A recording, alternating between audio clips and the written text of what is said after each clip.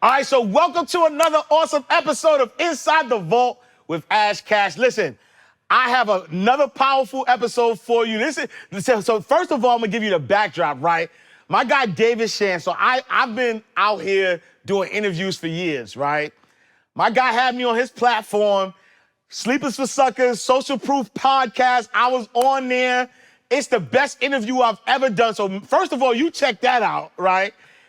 But secondly, yo, this man has been helping entrepreneurs for many, many years, and it was only right for us to bring the man, the myth, the legend, Dorito Dave in the building, inside the vault with Ash Cash. Dave, what's up, my brother? Man, what's good, family? Yo, it's 9 o'clock at night right now. Yeah. You give me noon energy right Look, now. look. I didn't think Look. it was gonna be like this. Listen. We here? Listen, once we here. they say action rolling, this is what we do. We have to, right? We gotta bring the same energy, Yes, especially sir. because, I've been watching your journey, been seeing what you've been doing, and the impact that you have on the entrepreneurship community is really big, right? But before we get there though, who is David Shands? Talk to me. I'm a husband, Yes. I'm a father, I'm an author. I am a connector and community builder. Yeah. So for years, I've been bringing people together, whether it's events. I was doing a midnight, it was called Midnight Meeting of the Minds. So every Monday at midnight, I would do a call. We'd have hundreds of people. Wow. This is before Zoom. Yeah. This is like a conference call. Yeah. And I'm like, yo, we just gonna do it. And I'm bringing guests on, just kind of how we do it with the podcast. Yep. But for 2 weeks straight, 104 episodes. And it wasn't even episodes, it was 104 calls every Monday at midnight. Wow. You can imagine midnight, people jumping on the call. Right. So just loving to bring the community. It wasn't nothing behind it. It wasn't like, yo, I'm funneling people in. I wasn't collecting emails or nothing. Yep, It just yep. for 2 years straight, just doing workshops in Atlanta. Shouts out to it was so many. My partner Donnie, she's been doing workshops with me for years. Yeah. Yeah, man, just work. We'll just get a restaurant in the city, and we'll just bring people together. Yeah. Tawana, shouts out to Tawana. Yeah. Yeah, man, I just love bringing people together. And so, talk to me about that though. First talk to me about your journey as an entrepreneur, right? How did you get into entrepreneurship? When did you get the bug? I think one day I'm raking leaves and my dad is making me rake the leaves, not for any money or anything like that. Yeah. But then I look across the street and there's ladies with leaves, the lady has leaves on her lawn. In my personal opinion, I like the way the leaves look on the lawn. Like the colors, the oranges and the brown. I'm like, Dad, we can play football on these. You bugging. Right. Why don't you like the leaves, right? Yeah. So I have this rake in my hand, I finish my lawn and I go across the street and I ask the lady like, yo, knock on the door. First, don't mean to bother you. I really think your lawn is really pretty with all the leaves. I just don't know if you like the fact that all these leaves are on the lawn. Would you like me to rake them? She says yes, and she gives me money. I said, I can do something and make money. Yeah. And then now it's crazy because going through, I finished that, bagged it up or whatever, and my friend's like, yo, let's go play ball. Yeah. I'm like, all right, bet, let's go. But as I'm walking through my neighborhood, I now notice everybody has leaves on their lawn. Yeah. And I'm seeing opportunity now. Yeah. You feel me? It's once I had that first touch, what Bleak said, when you put that money in my head, you feel me? I mean, since then, I've been always looking for opportunity, and maybe it's God's gift. He just allows me to see certain opportunities. Yeah. And then so now fast forward to you being an entrepreneur and doing it full time. What was that transition like? Did you have a job? Were you an entrepreneur all your life? Like, what was the transition to adulthood as an entrepreneur? Yes, an entrepreneur all my life, but had a job all my life too. So, but this is with like this is like the point. I try stuff, quit, try stuff. So I was working at Olive Garden and I got fired from Olive Garden for stealing cheesecake, ironically. Then I go get a job at the Cheesecake Factory. Go figure. Right. But I started looking back at my life and I just wanted some sort of stability, and I realized I was never at a job longer than 10 months. 10 months is like my breaking point. So I was at 10 months at Olive Garden, I think 10 months at Applebee's before then. I was at Circuit City for 5 months. I don't know if you remember Circuit City. And I said, I'm going to make a proclamation, is it? I'm gonna dedicate myself to at least getting to a year. I'm gonna stay here for a year, because as an entrepreneur, you always looking for the next opportunity, or like, yo, I hate this job and I'm out of here.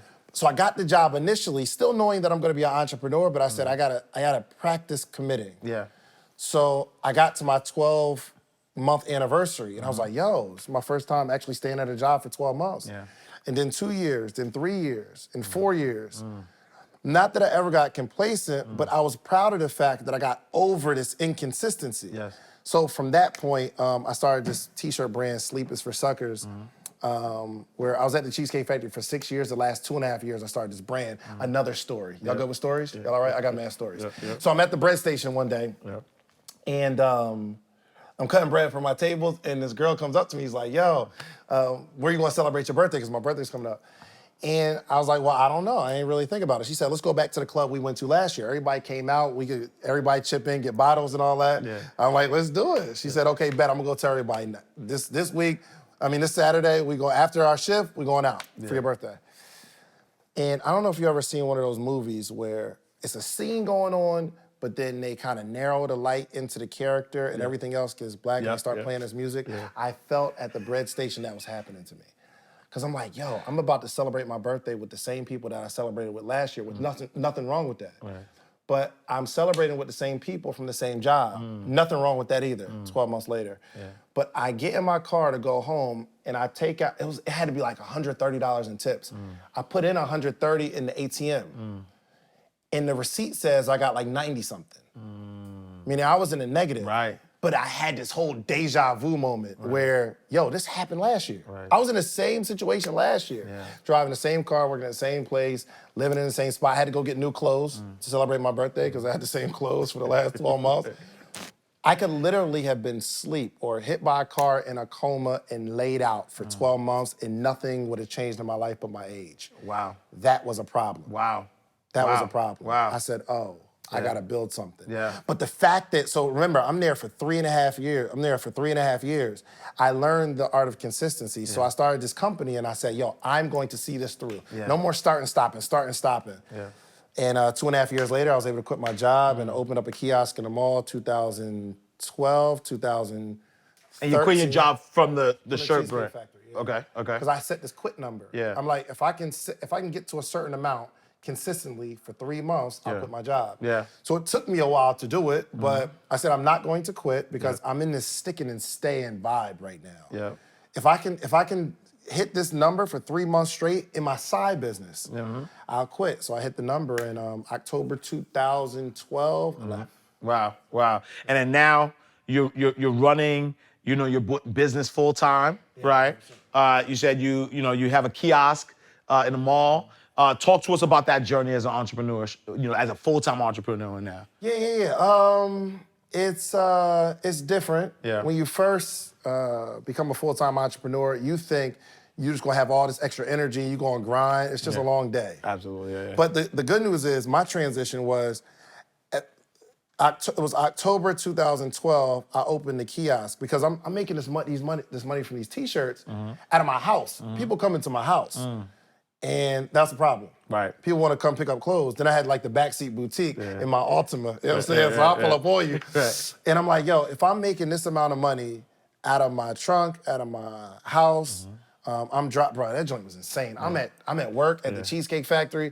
My boy like, yo, I'm going out Friday, I need a t-shirt. I'm like, all right, well, they in my trunk, but I'm on my shift right now. So I'll refill their drinks, go to the back, text my boy like, yo, come in about 15 minutes, just let me know when you're outside. Put my joint back in my apron, go get my food table, give it to him, make sure everybody's straight, run outside after my boy hit me, give him the shirt, come back, make sure everybody good. It was crazy. And then I was able to just leave, man, and I went straight into the kiosk. So I took all my money and I got this kiosk because you got to do first month, last month. So it's $2,000, $2,000. So I have to give them $4,000. Then I got to get inventory. Then I got to get insurance and all that kind of stuff. I had no bread.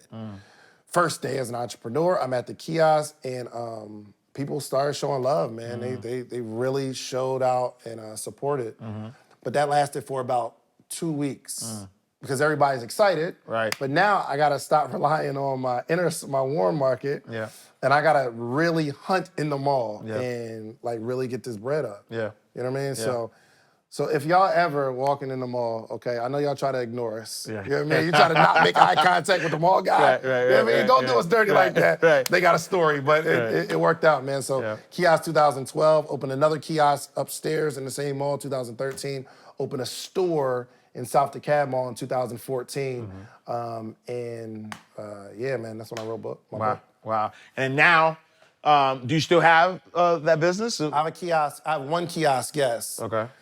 I'm not even gonna tell you the other story. It's got mad stories, but I lost the store a few months after I opened it. So I put 30 grand into the store, and a bigger store wanted to take my spot, and they just pretty much big homie me out of it. Wow. And the mall wanted to move me to another location. I'm like, I ain't got another 30 grand to build this one out. Right. But it was a blessing because I've been trying to write my book for a long time. Yeah. And when I lost the store, that's when I had more time to write my book. Me writing the book, got the foreword from Eric Thomas, and it's just a classic. Dreams are built overnight. Dreams are built overnight. Just going to pick that joint up. But that was the time I wrote the book, and then I started teaching on the stuff in my book, and then I started speaking, and it's just been all right, and then take us to that, right? So, you write the book.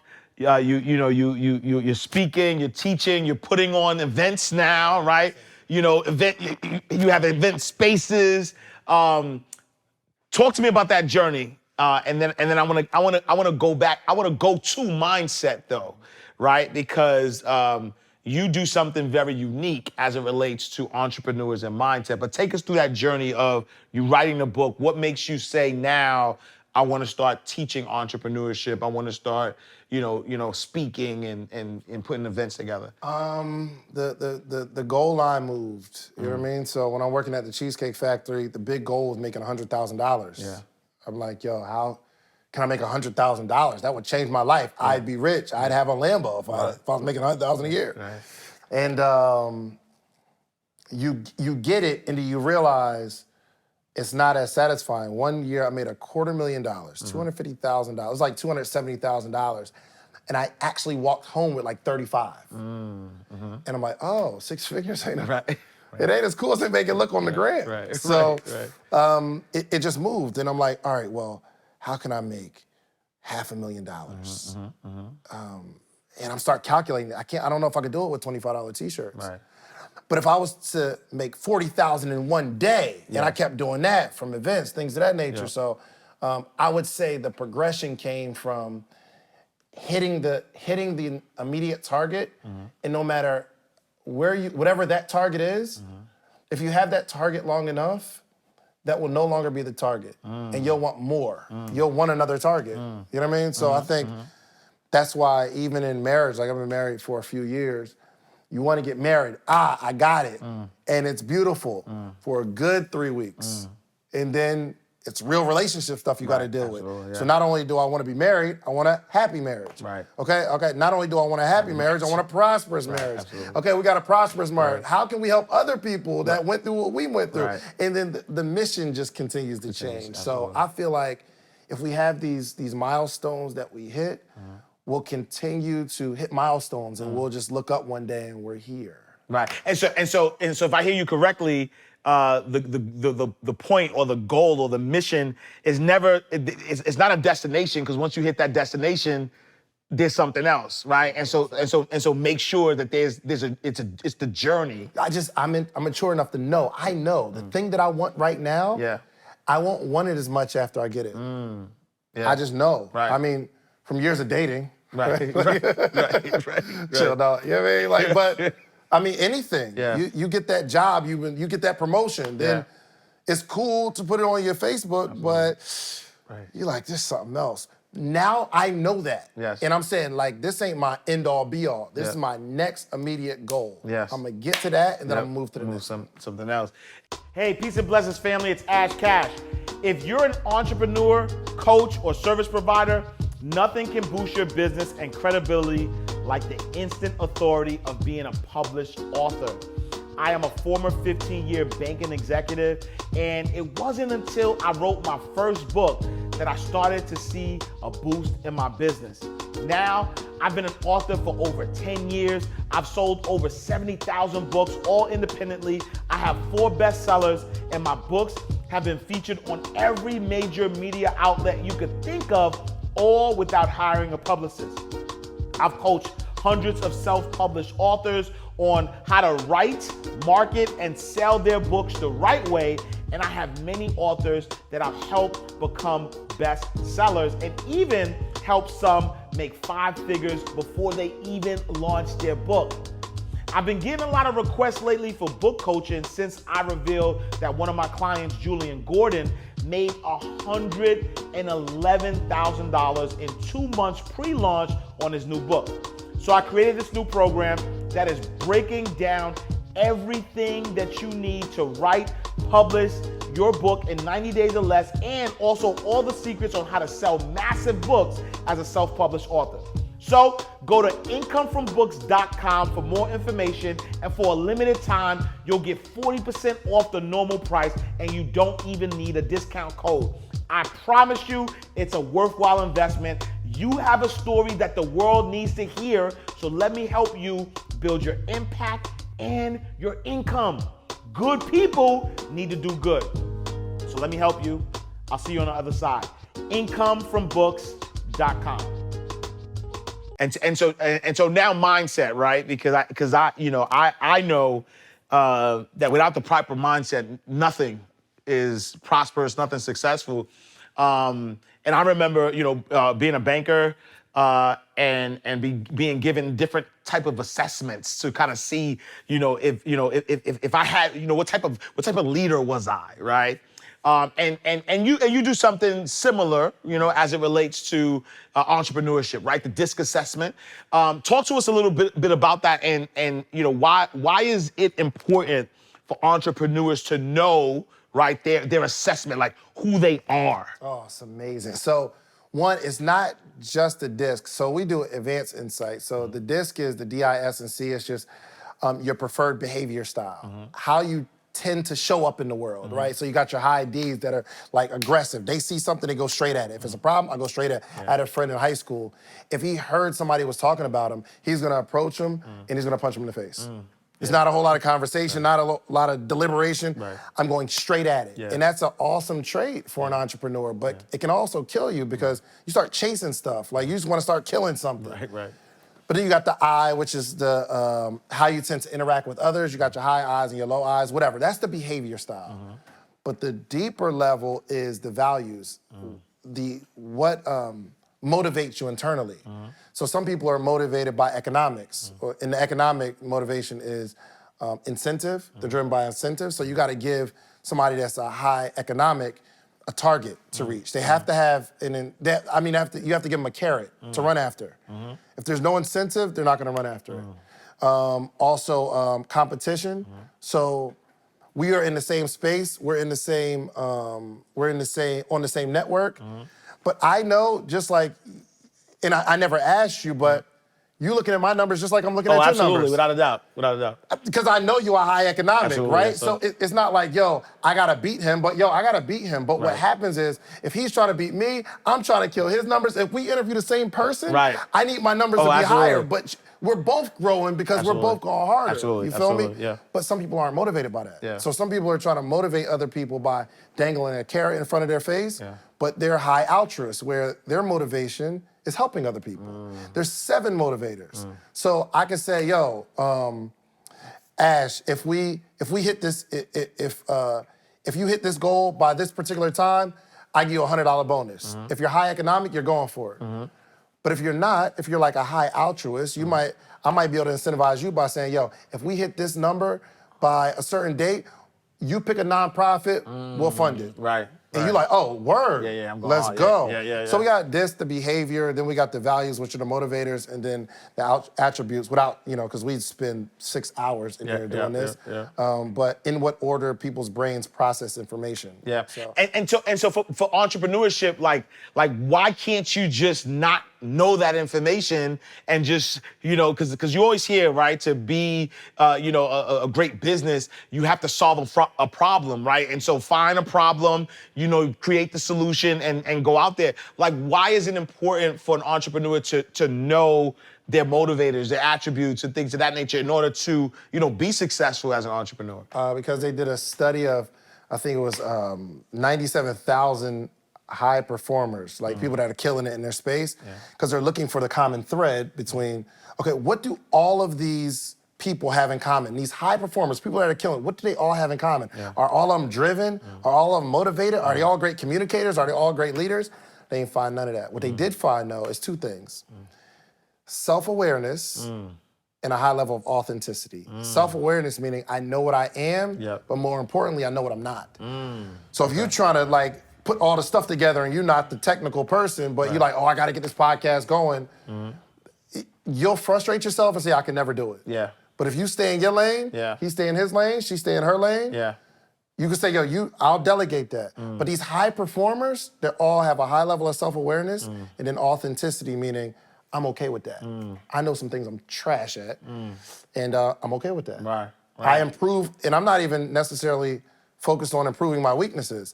I want to improve on what I'm awesome at, and I'll delegate the things I'm weak at. That's a bar, right? Because once upon a time, I was one of those folks that was like, all right, I know I'm weak here, so let me focus on that. Or, right, I know where I'm awesome at, let me just get better at that. And as I get better at that, I could pay for somebody to do that. Shaq at the three, like, come on, you shooting 100 3-pointers Right, a day? for what? No. Right. Get down there, get busy, keep working on this shit. Exactly. Yo, we'll find somebody for that. Exactly. I love that. And then so, right now, some people call it the pandemic, some people call it the bandemic, right? It depends on what lens you're looking at it at. As somebody who, works with entrepreneurs, if there's an entrepreneur looking at this time currently, with the lens that, they don't know what the economy is going to do, they're trying to figure things out, what advice do you have for them? Man, just get in a community of people. I think the ideas flow in a community. Try something, like whatever it is, and don't be super attached to the outcome. You know what I mean? I just think, like, why not? Why not get super attached to outcomes? Because you can't control the outcome. So if I want to make 5 sales today, I can't control you taking money out of your pocket. The only thing I can control is my activity. So I can control, all right, so it looks like every time I ask 20 people, 5 of them say yes. The only thing I can control is me asking the 20 people. My new metric is not getting 5 sales, but I need to talk to and ask 20 people to buy my stuff. But you don't even understand that journey until you get in it. So I'm saying, whatever the idea is, move on it. Don't be attached to the outcome, but most people don't start because they're afraid of failure. But if you wasn't focused on succeeding or failing, you just do it. Wow, yeah. So get your feet wet, right? Wow. Do something. Wow. I love that. And so what about that person, right? Because you are the perfect person to ask about the journey as a side hustler, right? What about that person who has that 9 to 5, right? Who wants to be an entrepreneur and they're focusing on the business as a side hustle? What advice do you give to the side hustler? Get in the right environment, find a coach. Okay. Yeah, so I mean, some of us think we're doing something great, but you need, on a regular basis, I'm like, yo, Troy, what do I need? Yeah. You know what I mean? Like, yo, check the, like, what do you see in the podcast? Right. Rashad, what do you see? Right. Like, you can't see the picture while you're in the frame and you just getting busy. We're reading this book in my Morning Meetup group. Well, we just finished it, Who Moved My Cheese? Oh, that's a classic. It's lit. Short, but classic. Absolutely. Classic, yeah. But in my head, kind of not even in the book, there's this, like, let's just say there's this little person running around, right? And it's, okay, I'm gonna check this door, I'm gonna check this door. What if you had somebody that was on top of the maze that, like, went there, got out of the maze, and they're sitting at the top. They're like, yo, just go left. Hey, yo, make that right there. Make that left. Open that door, okay? Just push that door right there. Okay, look underneath, because I can see it. So if it's not building the way you feel like it should build, one, I would definitely find a community of people who are moving in the same direction. Because a lot of people, we want to win, but we're in an environment, we're not even in the right environment to grow. Certain flowers just don't grow, not because it's a bad seed, but it's just in the wrong environment. Yeah. You're just, the rose, it's concrete. Right. Fam. Around you is concrete. Right. Won't you just get in a flower pot with other flowers? Right. And you feel me? So that would be 1. 2, continue to grow. And 3, I would imagine if someone's failing, they're either not growing personally or they're not monitoring their activity. So I'm just out here grinding. Hey, buy my stuff, buy my stuff, buy my stuff, buy my stuff. And then nobody buys, then we get home and we're like, yo, ain't nobody buying this. Right. Versus, let's record, buy my stuff, buy my stuff, buy my stuff. You get home and you look at the tape, oh, they flinched when I said this one word. Maybe I should say this one word better. You feel me? You gotta just improve. There's so much advice, but I would say find a coach, because a coach is gonna tell you all the stuff that I would say to you. Yeah, and but you know one of the things that I've noticed though is that there are people who want to do better, but say that they want to get to a certain level of success before they get the coach or before they invest in the course. Right. Why? Yeah. Why is it stupid? That's like saying I want to get to the NBA, then find a strength coach. Right. You gotta find a strength coach to get to the NBA. Right. Like, so wherever you are, wherever you are, you need a coach. Yes. Maybe we could put a blanket on that and just say wherever you are. Yeah. People that are, you're just starting, find a coach. Yep. And it don't even necessarily gotta be somebody that you pay all the time. I advise you pay somebody, because a lot of times if you pay somebody, the coach is obligated. Right. A mentor, I can give somebody some advice. I'm not gonna dig all the way into you. I'm gonna give you some advice and pass it. I'm your mentor. I see some things, I give you some advice. But as a coach, I feel obligated to help you win. Yeah. So I would say find somebody to pay, not for the money's sake, but to make sure you're squeezing as much out of this coach as possible. Absolutely. Because they don't want, as a coach, for you to say, yo, they paid me. I mean, I paid this person and they ain't get no results. Right.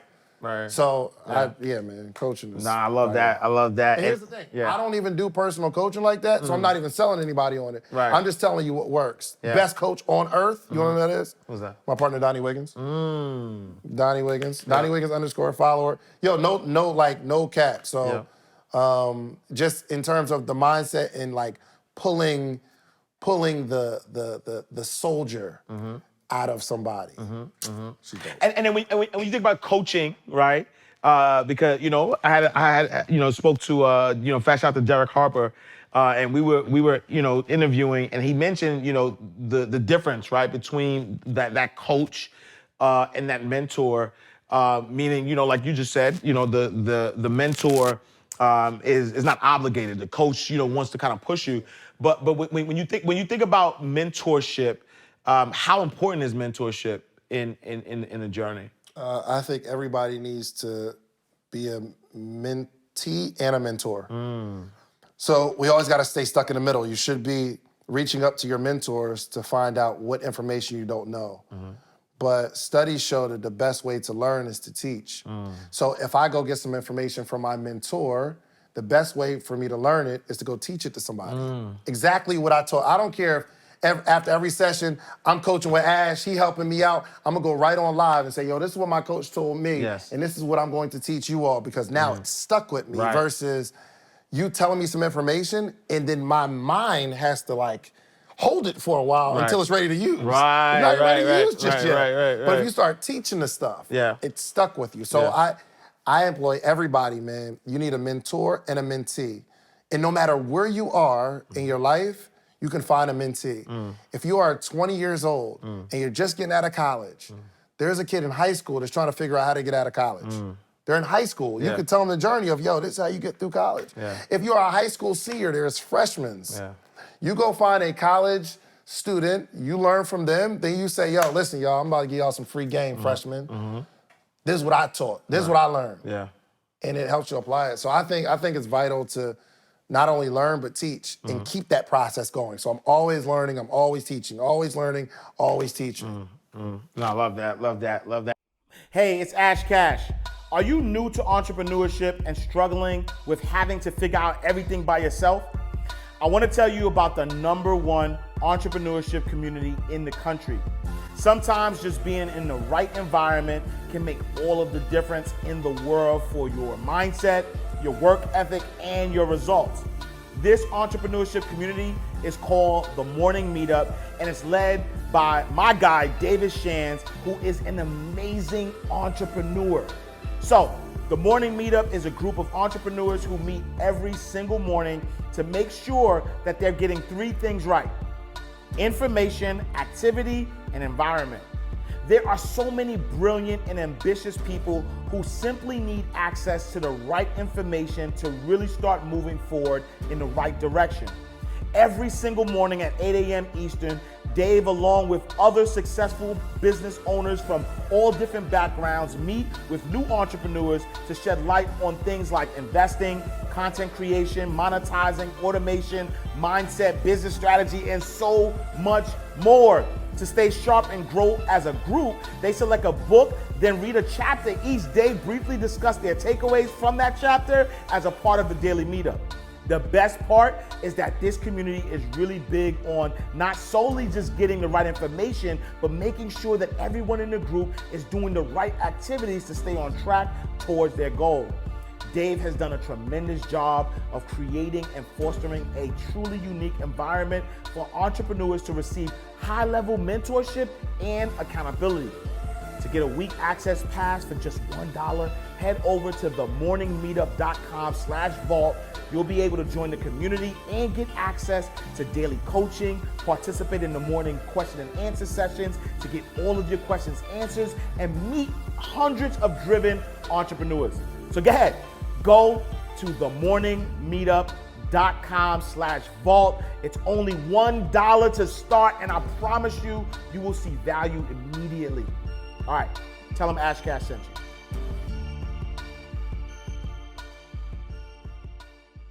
And then so now, as a, successful entrepreneur, has done so much, right? What advice would you give? What advice would today's David Shands give to his 18-year-old self? I wish I had just learned the process of focus on the work and not the reward. You know what I mean? Because I always kept trying to control the reward. I want the outcome. Yeah. Right. But if I'd have just continued to focus on the work, improving the work, making sure my work was right, the reward will come. Yeah. So that would be the biggest. Just stop being so anxious for the reward. That would be the biggest gem that I could teach my younger self. Yeah. No, I love that. And then as we think about gems and rewards, what is your biggest money mistake that you've made?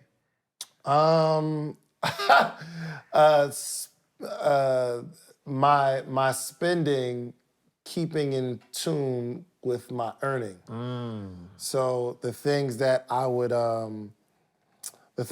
buy at 100,000, I wouldn't buy at 30,000. Yeah. But when you get to 100,000, you got to buy $100,000 stuff. Yeah. Okay. I mean, don't get me wrong. You should treat yourself, but one of the biggest mistakes is just increasing my spending with my earning. But another money mistake I would have to say is not paying out. You know what I mean? Like not investing in advertising, not investing in help. That would be another big money mistake for me, right? I see like this whole production, and it's like, I'm losing it somewhere because I don't got the production. I don't got the sliding camera. And there's not all these people here. It seems like everybody has something to do. There's a job. I'm like, oh, I'm not investing enough. That's a money mistake. Trying to hold it. You know what I mean? Watching a whole webinar and not buying what's offered at the end. It's a big money mistake because I just spend an hour with this person learning from, but I don't want to invest at the end. Right. Which is a money mistake because I'll give you my time, but I won't give you my money. Right now I'm at a point I'd rather give you my money and not give you my time. Absolutely. Right? So my toilet broke and my wife is like, yo, you need to fix the toilet. I don't know how to fix the toilet. And I'm sure she's thinking, yo, my man is supposed to fix the toilet. I don't do that. Think about this. I'm gonna go, first off, I'm gonna be on Google Yeah. and then YouTube trying to figure out how to fix this toilet. Right. That's gonna be an hour at least. Yeah.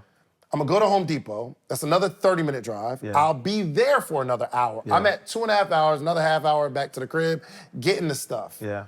That's 3 hours out of my life. Yeah.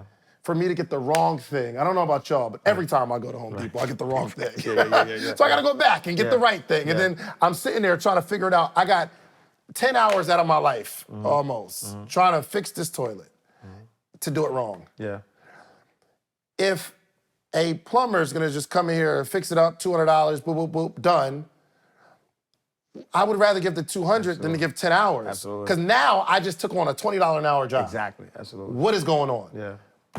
We're gonna call the plumber. Yeah. Yeah. I'm not doing it. Yeah. You feel me? Absolutely. So, a money mistake, man, would be trying to save the money. Right. Trying to save the money and say, I'll just do it myself and spend as much time. No, I let it go. Right. Oh, I love that. It comes back. Yeah. It Yeah. comes back. Yeah. I would be interested in knowing from a banker perspective, you know, I'm an interviewer too. Of course. Yeah. What would be your biggest money mistake? My biggest money mistake? Has been to working hard for money. You know, it's similar, right? You know, similar concept in which I'm giving money more value than I'm giving my time, right? And so coming from where I come from, that's what is drilled in your head. You gotta work hard, you gotta work hard. And almost to the point where if you're not working hard, you're not doing it. Even if you're making money, it's weird, right? Yeah. And so for me, I would give up money opportunities, meaning that knowing that I could just, like you said, pay for something and multiply my money, I felt like I had to grind, right? Sleepis4Suckers, I had to grind. Yo, I'm telling you, know bro, that was my whole thing. Grinding used to be super cool. And you feel accomplished. Exactly. I've been out grinding all day. Exactly. Is it really Is that it really? cool? Yo, Absolutely. but you know what's crazy? Yeah. So, in looking back at like all my grinding days, I'm out with the t-shirts and I'm selling, I'm grinding out. I'm like, yo, look at the grind, we out here, Yeah. we getting to it. Yeah. And I now looking back, I made very little money. Yes. I made very little money. Yeah. And the grind changes. It's like the less you work now, Absolutely. Yeah. the more money you can make. Absolutely. Yeah. You feel me? Yeah. Imagine all the hours you were putting in at the bank to make X amount of money. Exactly. Yeah. But now we could do a 1 hour webinar Yeah. and go crazy. Yeah. Make 20 grand, 30 grand, 40. Yeah. We could sit here Right. for an hour, bro. Exactly, yeah. This video, Yeah. okay, I'm gonna tell you right now, today, your video has made me, I think it was $3,200. Yeah. $3,200 on YouTube. Yep. Now, I haven't even looked at the audio, but I'm just talking about YouTube. Yeah. We sat down for an hour 1 and some hour, change. yeah. $3,200. Yeah. Yeah. And going though. And it's going, it's Right. not, it's not done. In perpetuity. In Yeah. perpetuity. Yeah. But like, we've mastered, okay, first off, I'm doing calls for Yeah. 2 years straight. Yes. Bringing on guests every single week. And I'm Yes. asking them questions, much like we're doing today. Absolutely. I'm doing events, me and my homie Tawana Carter, shouts out to Tawana. Every week, it was like whether on Wednesday or Thursday, we would just find a restaurant and we do a workshop. We charge $10. A Yeah. lot of times it's free. Yeah. Then she wound up getting her own restaurant. We started doing them there. I still got the footage. Yeah. CJ spoke at my event years ago. I need to release the footage. It's crazy. Yeah. Years ago. I'm talking about every single week. We're Yeah. putting on these workshops where we bring a guest and I'm hosting and asking the questions and we grinding and I had to set up, break down, all that kind of stuff. But now, because of all of that, Yeah. I can sit with an Ash Cash Yes. for an hour and a half and know I'm gonna do $3 Yes. grand. Absolutely. Yeah. Do you know if you had a course or something that we promoted Yeah. and an affiliate, Yeah. I'd have made even more Nah, money. big fact. Yeah. Which I was kicking myself because we talked about that before, but that's, it's all good though. Yo, Yeah. did you do Matty J I interview? did. Yeah. Maddie- So by the time this one comes out, we dropping Matty J. The other day, for the last 30 days, Maddie dropped me off $9,600. Yeah. $9,600. We sat there for an hour and a half. Yeah. And I don't even have the numbers on his YouTube. Right. But an hour and a half. Yeah. Only because we see it now. Absolutely. You know what I mean? Yeah. Like everybody's on Clubhouse, Yeah. everybody got their podcasts, and people are. I like when other people are dropping podcasts because it's just warming the market for more people being Absolutely. used to podcasts. Absolutely, Right? yeah, Like yeah. nobody. It was a point where nobody was listening to music in their car. Right. But now you can't go nowhere without listening to music in your car. Listen to music while you're working out. Yeah. The same thing is happening. So the people who have something to say, a voice. Absolutely. People are addicted to it. And look, I'm not working out unless I got my favorite podcast on. Right. Yeah. Or like I'm not even watching TV while I'm working. I gotta have a podcast on, not music. It's changing now. Yeah. But the fact that we see it, we ain't gotta go out there and sell $25 t-shirt, Exactly. $20 books. Exactly. It's the content, right? And so, that's what I'm saying. I'm like, so now I realize, like, whoa, I was grinding instead of just creating content, right? Doing the work one time and then being paid for it. And so, I'm happy now that I've gotten that gem, because now, like you said, affiliates are crazy. Oh, affiliates are crazy. Yeah. So he has the obviously the Toro court. For one, it's phenomenal. Yes. And he's taking care of the people. Yes. But it just rolls. Yeah. So we can have a podcast. We can do it for the love, the likes, or whatever. But there's a business behind it where you don't have to work as hard for the money. Absolutely. And so now, purchases, right? Because we inside the vault. We want to get inside your vault, right? Pause if applicable. I'm from Harlem, so just in case. And I gotta ask you. Yeah. Fat Shouts, where'd that come from? Exactly. Brucey B, Ron G. So what is the Fat Shouts? Is there? It's like a shout out. It's like, yo, Fat Shouts. Where's the fat come from exactly? Do you know? I don't know. I think it's more so like it's like big. It's like, yo, it's fat. Like, yo, it's like big big shout out. Like, yo, Fat Shouts. You know what I mean? Like, yo, Fat Shouts to such and such and such. So Brucey, because you say it a couple times. I don't really. I get it, but I'm sorry. Go ahead. No, it's all good. No, it's fat shout to Ron G, fat shout to Brucey B. So when you listen to a mixtape, they be like, yo, fat shouts to such and such. And I've been hearing it growing up, but I'm glad someone explained it. That's what's up. Bigging them up, right? So purchases, right? What has been the most extravagant purchase you've made? Most extravagant purchase is it'd probably be this watch that I'm wearing. Yeah. It was 15. Yo, y'all pressuring me too. I just want to put that on record. Yeah, pressure's on. Y'all pressuring me. I'm about to give you how this got to my wrist. Troy, Rashad, like y'all. And this was junior varsity. Yeah. This was junior varsity. Yeah. Trap, Troy, they got that joint's the press. Okay, but anyway, so it's $15,200 plus tax, $16,000 or whatever. Yeah. And I saw it. And Nia, I got stories. Y'all good with my stories? Yeah. So we had him 500's house, and Neo had the Rolex on. And I'm like, man, that's a nice watch. What did it run you? He's like, my joint's like 12 something light. And then Marcus comes around the table. He's like, yeah, I just picked one up the other day. And then Jason, Mr. 2 Weeks Out, he got a joint, and I'm like, what's your joint cost? He said, my joint's about 50. I'm like, 50,000 on the watch? And then Alex come around. We all at this time, and Alex come around the table. He got something crazy. And I'm like, what that run you? He said, about 40 something, 60. So he said a number, and I'm like, ooh. So me and Matty J look at each other. We like, yo, we gotta get a watch, because we got the Apple joint. And I was cool with the Apple Watch until I got in that environment. Absolutely. Environment is key, it'll stretch you. So I'm sorry, looking at him.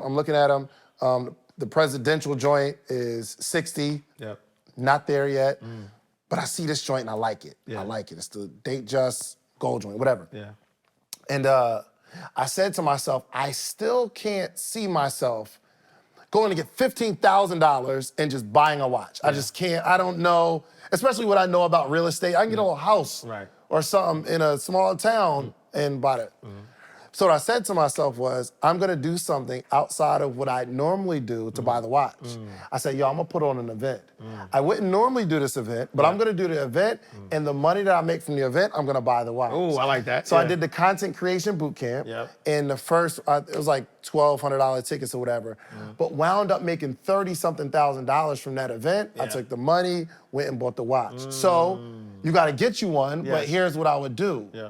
I would do something special outside of what you would do. Absolutely. Like, yo, you know what, team? We about to do this How to Podcast webinar. Or we gonna put the book joint together or something.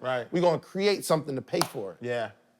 I like that, cause I'm not really flashy, but I got a yacht master. Is it flashy though? Yeah. It's not no, it's not. No. flash. I like It's a light I like it. I like it. Yeah. But I got the yacht master. I've been looking. The yacht master's nice. Okay. 32. 32, right? yeah. But you know, it's silver, got I feel like being on the network, it's a part of Donnie went got her a joint. Oh, she went, the other day. Oh. We was on the pod talking about it, and she Yeah. like, all right, yo, I'm just going. So yeah, it's too much pressure. It's too much pressure. We all on the network. It's about that. Pressure. All right, yacht master it is. It's like, it's like the Rockefeller chain. No, exactly. Right. It's all good. It's all good. And so what has been the most impactful thing you've done with money? The most impactful thing Did you buy a building though? Yeah. Okay. Yeah. So I didn't want to, I didn't want to say that's the most impactful thing, but I know I knew that you bought a building, but I know we didn't talk about that. But what has been the most impactful thing you've done? Yeah. So I did, but for 3 years we've been leasing a building, and I was like, yo, I'm about to just buy one, right? So I bought this building. We haven't been able to pack anybody yet because we're still waiting on permits and all that kind of stuff. It's been like 4 months, 5 months. It's just ridiculous. But we're working on that. But the most impactful thing I've done with money is take all my mom's bills. Yeah. Or for a long time, we did this Black Wall Street tour, Black Wall Street High School tour, where we'll bring Black business owners to the schools to talk to the kids about entrepreneurship. Because somebody was telling me about Black Wall Street. I'm like, really? Yeah. All Black businesses in this one area? Yeah. And it got bombed crazy. They're going through the story. And I said, yo, we about to do a tour. And I know all these entrepreneurs, and we just gonna go to the school. And we did. That's what we did for like 2 years. We just kept going to the schools. But I say that's one of the most impactful things I did with money because I didn't charge for it. And I had to forego some money to do something impactful. So I think when you make money, the most impactful thing you can do is to use your time to be impactful. You know what I mean? Because you can give some people some money, but if they're not the person that can handle the money, they'll lose it anyway. So I think we've done a lot of impactful things with time, with money, just making sure people around me are straight. Yeah. Okay. Oh no. Yeah. So I have a nonprofit, and I funded it myself, but it's called the Entrepreneurship Foundation. And what I do is, and I only did it twice, but I'll take the money and I'll invest in a youth entrepreneur. And so, shouts out to my homie Layla. She's 9 years old, and she got she's a painter. You said 9? 9. I think she's 9, 10 years old. Yeah. Okay. So she's a painter, and she's like, yo, I want to kind of put this on apparel and stuff like that. I'm like, all right, bet. This is what I'm gonna do. I'm gonna fund your first run of shirts. So I connected her with the designer. We digitized it, all that kind of stuff. I give her the money for her first run of shirts, but I'm fully expecting her to pay me back. So after you get these shirts, I need you to sell some shirts and give me my money back. Because I'm trying to teach that ain't no handouts. Right. I will give you a loan. You could lend against it. Yeah. But you gotta pay that back. Yeah. Because if she gets older, if I give her money now and she gets older and she makes the money and doesn't pay me back, she'll get a credit card later, use the money and not pay it back. So I'm trying to teach something here. But I took the money back and I kept reminding her, yo, I need my money back. So I took that money when she paid me back successfully and I invested in another kid. That kid gave me my money back. So I'm always looking for these kids to invest in. That's awesome. And That's awesome. That's awesome. Tell me a money myth. Right? So money doesn't grow on trees. You gotta work hard for money. Like, dispel a money myth, right? Something that some people think about money, but that is actually not true. you should save money. Wait, I don't know. You might get some people to attack you. You gotta explain that. A money myth is you should save money. Why shouldn't you save money? You're saying don't save money. Because if you put $100 in the ground 100 years ago and you dug it up today, it's not worth as much. So you lost money actually by saving it. Right. And again, I'm not the wealthiest person in the world. Just in my life, I'm collecting money to be able to put it back out and work for me. You know what I mean? Yeah. So I'm not necessarily. I'll save some money to put some money into something that's gonna bring me back money. So if I can take some money, put it into a podcast that's gonna continue to pay me, and whatever that podcast is paying me, I take the money and I'll give all that away, or not give it away, but I'll invest it in something. Right. Because I took some money and have a system that's gonna continue to pay it out. So I'm always looking for something to invest my money in. So I just thought it was cool to just accumulate money. And we do, right? I'm not just being reckless to just throw it out. I never want my money to sit there. I'm telling you, if I find the right investment, everything I have will go into it, period.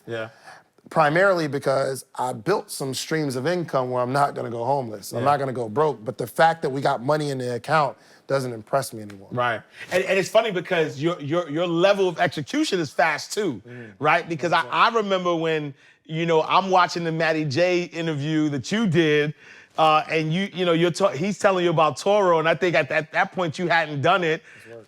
I start talking to you, you and I have a conversation. I'm like, yo, did you ever do the Toro thing? He said, yeah, I got 5 cars. Like 5? Like how you got 5 already, And so I'm learning, right? Because I got 2 now. Welcome to the club. Right, welcome to the club. I got 2. I'm gonna add you to, remind me to add you to the Instagram chat. Like, so we got like this car club group. Yep. I'm gonna add you to it. And so funny enough, I just spoke to the PTG 365 boys because me and First Lady, we need 2 more, and so I already put my order in. I told them to do 2, and we're gonna put them bad boys on the, on there. And so how important is execution as an entrepreneur? Bruh, I think if you're not making money with the guests of the podcast, something's severely wrong. Yeah. And I learned that from Rashad and Troy. Yeah. Like they not just having a good conversation. You'll see them later doing something together, like implementing. Like they got Wall Street Trapper on it and they investing, right? They got, they have Alex on the podcast, and now they got a truck. Yeah.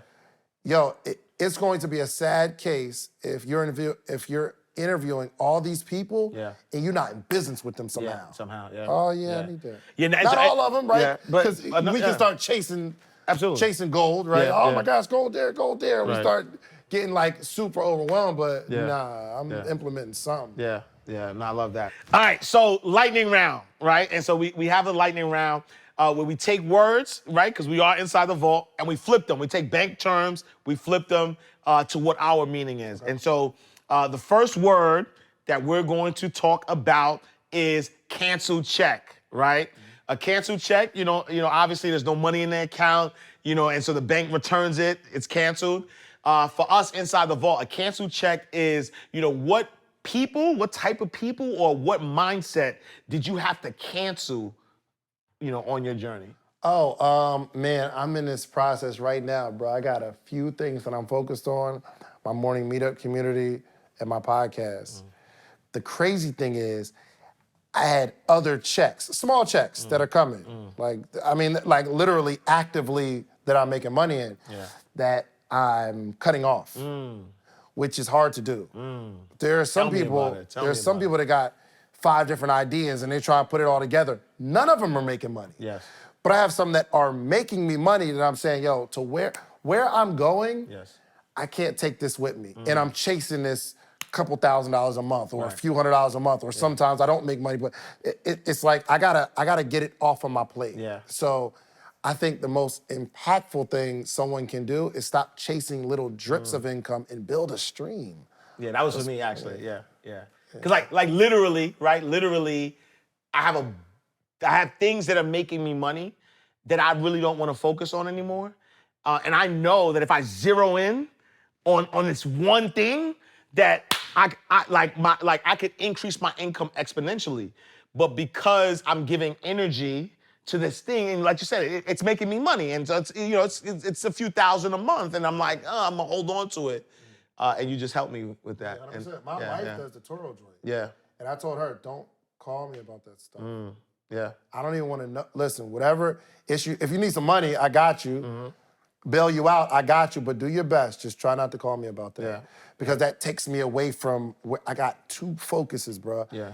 And if what we're doing doesn't help with the Morning Meetup or my podcast, I'm just out of it. Like we were just talking about this mastermind, me and Donnie, and like it's a group of us, we're gonna put some stuff together. And I'm like, I would love to, but I can't. Yes. Caught me a year ago, oh yeah, let's do it. I'm down, right? Yeah. And maybe it's just me. Maybe the other entrepreneurs there, they're better at delegating and like kind of sectioning off. But for me, I can only podcast, Morning Meetup, and they feed each other. So that's all I got. All right. Next word, trust account, right? And so everybody wants my answer shorter too. You know what I mean? Don't worry. It's all good, right? Trust account. And so, you know, when you have a trust fund babies, there's this money that's available to their heirs, right? But with us, your trust account is, who are the people or the mindset, like that trust system that's around you that helps you, do what you do. I think it's just important. You got to be able to trust the people that you're around for sure. But I don't trust anybody. So I know human beings are flawed. That's why I don't have high highs and I don't have low lows. The only thing that I can trust is God is going to take care of me. I'm talking about like I don't have a super high level of trust for anybody because everybody's flawed. Like most of the people that are in court are best friends. Right. They were best friends at one. Like these are people that you know, and it was all good just a week ago. Yeah. So I mean, I've learned that, and I don't get super upset at humans because we're all flawed. Absolutely. You know what I mean? Yeah. The only thing I trust is God making sure I'm gonna be good.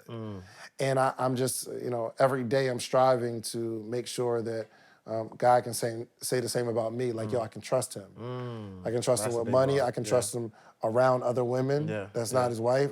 I can trust him to do the right thing by people. I can trust him to give someone an encouraging word. I can trust him not to jump into like negative conversation and like hurting people. So every day, like trust is a really, really strong word for me, bro. Wow, that's powerful. That was powerful. All right, last one. ATM, right? ATM is where the money comes out, right? Where the money resides. Right? ATM is where the money comes out. But for us, ATM is another teachable moment, right? So you're talking to entrepreneur right now. Give me another teachable moment that you learned during your journey. You have to have more deposits than you have debits, for sure. We're in the vault, right? Yeah, it's a bar. You got all these different bills coming in, but you get paid twice a month. Yeah. Something's off. Yeah. You spend money every day and you get 2 hits every month. So I think it's really important to let's start thinking continuity. How can you get someone to pay you over and over again on a regular basis? Or how can you do something that's going to pay you over and over again? An artist writes a song, they write it once, but it pays them over and over and over again. When I was selling a t-shirt, I sell the t-shirt, I get paid once. Right. That's why I'm not, so I have a kiosk in the mall, I told you, but I created this partnership with my boy Jamel Jackson, shouts out to Jamel, and we have this agreement. I'm not coming up there. Right. We have this agreement.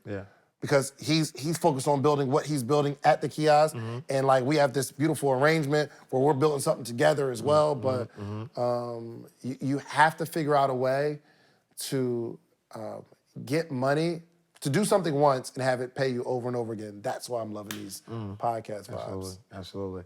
5 years from now, where is David Shands? 5 years from now, the #1 podcaster in the world. Period. Oprah status. I'm talking Oprah took over the industry. She's synonymous with, yo, if I get on the Oprah show, my life changes forever. Social Proof Podcast. So lace your sneakers. You know what I mean? It's all good. Troy, shot. It's all good. Lace your sneakers, okay? I need you to run fast. Because I'm coming. All right? What Mike Tyson said? Everybody tough until they get punched in their face. It's all good. You know what I'm saying? You know? See, I love it. I can challenge my brother in his face. It's all good. All right, man. What's next for David Shands? You know, if somebody wants to connect. More questions. What you want? Just one more. I don't know. All right. So what? I need another one. So one more question. If you could do it all over again, what would you be changing? Nothing. Okay. Everything. Man, everything just was in alignment. Like literally, if I take out the negative, then I wouldn't be here because I learned so much from the negative. I love it. So there's no, I think my life, your life, everything worked out the way it's supposed to work out. Yeah. And if you went through it, you handled it. And God couldn't trust anybody else with what they gave you. But look, you went through it. You got through it. Yeah. So now there's a responsibility. Yeah. Now you can look forward and say, okay, what am I going to do with this? Yeah. And yeah, man. So I wouldn't. And I love that answer because I always talk to my wife always about the butterfly effect. I don't know if you ever saw that movie, The Butterfly Effect, with Ashton Kutcher. It's like people always like, oh, I wish. But no, if you go like it's a formula. You go back and change some stuff. You messing up some other stuff that you don't even realize how honestly saying that you would change something is disrespectful to who you are right now. It's the biggest disrespect. Disrespectful to God's plan. Right. Because you mean that joke wasn't perfect. Exactly. God created a perfect plan. Right. And you say, no, God, they was a little No, I wish you would have did. A couple years ago, nah. Yeah. All right, brother, what's next? If people want to connect with you, where can they find you? The Morning Meetup, man, we will have 5,000 people in that group, 5,000. Right now we have about 1,000, but it's the dopest community on earth, bro. We literally get together on a Zoom call every single Monday through Friday, 8 a.m. to 9 a.m. Eastern Standard Time, every single day. Literally, we have a book club. Are you a reader? You read books? Oh, all the time, yeah. So how many books you read cover to cover, let's just say, last year? Last year, probably 30. 30, golly, y'all ahead of me. Yo, this question never works out with people that are winning. Yeah. You know how many I read last year? How many? None. Zero. Zero. Read no books cover to cover last year. Why? I be moving. I listen to podcasts. I'll pick up a book, I'll read some, or I'll listen to an audio or something like that, but I don't know. I haven't found the time. I'm married, father. I got a million excuses. I'll give them all to you why I haven't read. The one thing that I learned from Warren Buffett, one of the richest men on the earth, he said that he reads 6 hours every day. That's crazy. As if the richest man, 100%. or one of the richest men on the planet tells you he can take 6 hours out, then we got to read. Well, let me tell you, this year I've read 5. So from January to March, I read 5 books with my Morning Meetup group. And like literally, so there's about 1,000 people on the program, but on the call, there's about 300 people that gather every morning from all across the country and internationally. Yeah. And we're reading books together. So we take a chapter, like I gotta read a chapter tonight. We're reading, right now we're reading The 4 Agreements. Oh. Yeah, it's deep. It's not an easy read. It's not an easy read. Good. But we take a chapter. That's a good one. And then from 8 a.m. to 8:15, book club conversation. Yo, what did we learn? What did we reflect? So like the same theory that I was telling you earlier, you get some information from the book, but now you got to talk about it. Yeah. And now that information stuck with you. Absolutely. So chapter by chapter. It's not like we read whole books.